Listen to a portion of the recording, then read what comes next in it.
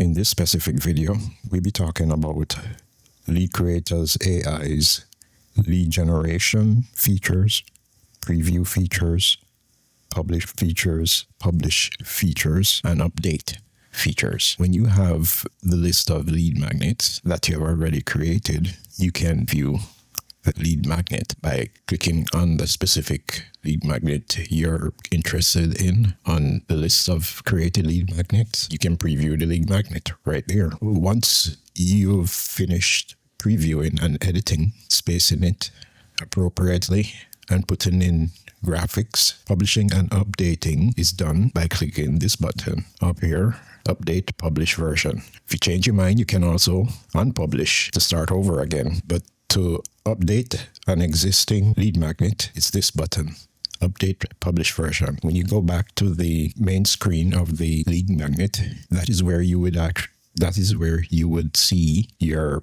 published lead magnet. And in there, if you click on these three dots on the right side here, you'll be able to copy the link, unpublish that lead magnet. You can archive it. You can rename it if you don't like the name that you gave it. You can also manage categories, share the template, reset the stats, or delete it from here in the list. This concludes this video.